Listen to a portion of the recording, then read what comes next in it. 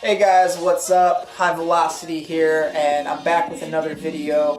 Today's video, I'm going to talk to you guys about percentage-based timers and why a percentage-based timer is probably one of the best timers you could use for FPV quadcopters. The reason why I prefer this timer over any other type of timer is sometimes you fly a lot more aggressively than others, and when you do that, your batteries are exhausted before your timer actually times out.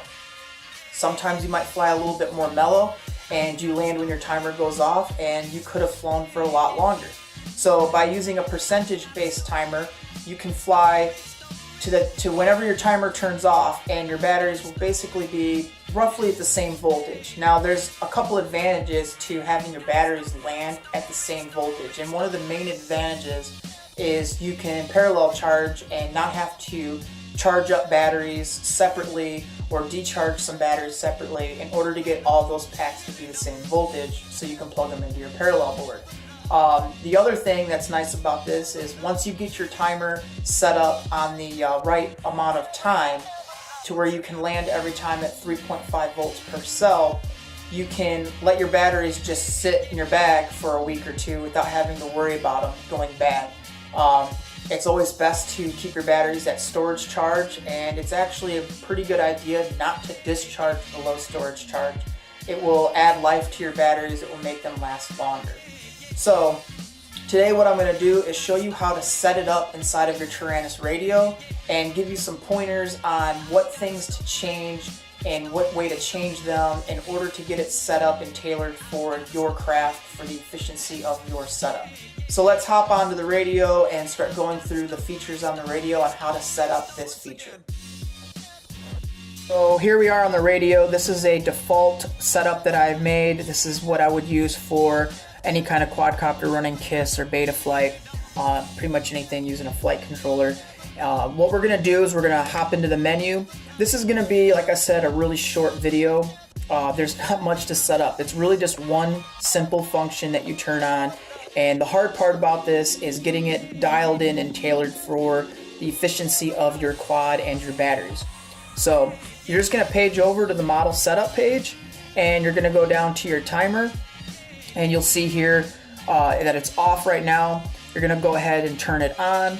If you know roughly what you have been using for your timer, you'll want to go ahead and set that. So we're just going to make this 2 minutes. And for the actual timer, to make it work, you can either turn it on. This setting here will make it to where it counts as soon as your throttle goes over 0%. And this is the percentage-based timer. This is what you're going to want to use for this setting. So that's pretty much it. That's all you need to do is turn this to TH%. And once you have that set up on TH%, it will now use throttle percentage to count down. Now what you'll want to do is you'll want to go out and fly using a number that you're familiar with, so like 2 minutes if you normally fly 2 minutes, or 2.5, whatever you've been using that's been working well for you. You're going to want to start with that number, and then you're going to want to move the number up and down based on how your packs are coming down at, what voltage. So if they're coming down at 3.5 volts, then that number is probably going to work pretty good for you. If you're coming down below 3.5 volts, you're going to want to make the timer shorter. And if it's coming down below 3.5 volts, you're going to want to make your timer, or above 3.5 volts, you'll want to make your timer a little longer. But once you have a good number, you should be able to fly whatever style you want, whenever you want, and your batteries should come down relatively close to the same voltage, or at least closer than they would have if you were just using a simple timer. So I'm going to hop out of this to the main page and show you what I'm talking about on how the percentage of the timer works. Alright, so you can see we're back here at the main page, and you can see that it shows TH%, that this timer is using TH% as the timer, and you can see that it's set for 2 minutes.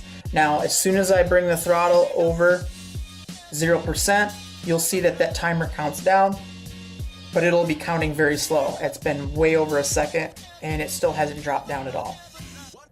So we'll give it a second or a little bit, and you'll see it start to count down. So now it's at 159. So now what we're going to do is put the throttle at 50%, and you can see that the timer is now counting down roughly 1 second at a time, as it would normally. Now we're going to bump the throttle up to full throttle, and you'll see the timer counts much faster now.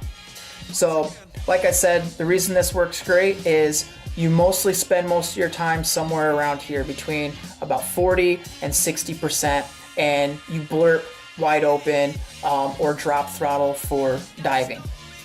You might blurp throttle wide open for a power loop, and then you cut throttle.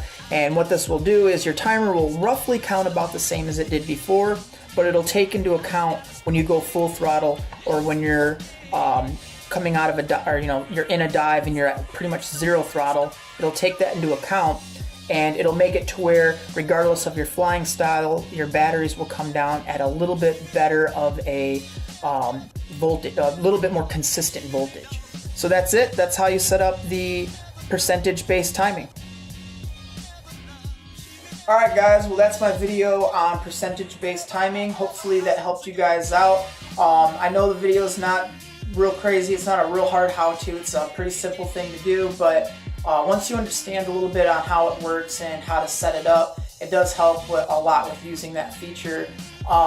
Like I said, I'd give it a try, play around with the time a little bit. It's always going to be a little bit more consistent than using just a regular timer, as it will adjust up and down. It doesn't change the time dramatically. It would be great if there was a way to actually set up how much it counts down at full throttle and how slow it counts at zero throttle.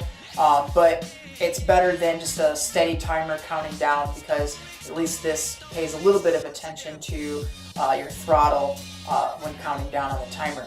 So if you guys like this video, please leave me a thumbs up, give me some likes, and also if you want to see more videos like this, go ahead and subscribe to my channel. I'll be making a lot more videos like this. Also, if you're interested in lipo care, keep an eye on my channel. Soon here I'll be doing some videos on lipo care, a little bit about what to charge at, what C ratings to charge at, what voltages to try to keep your packs at, what voltages not to discharge past.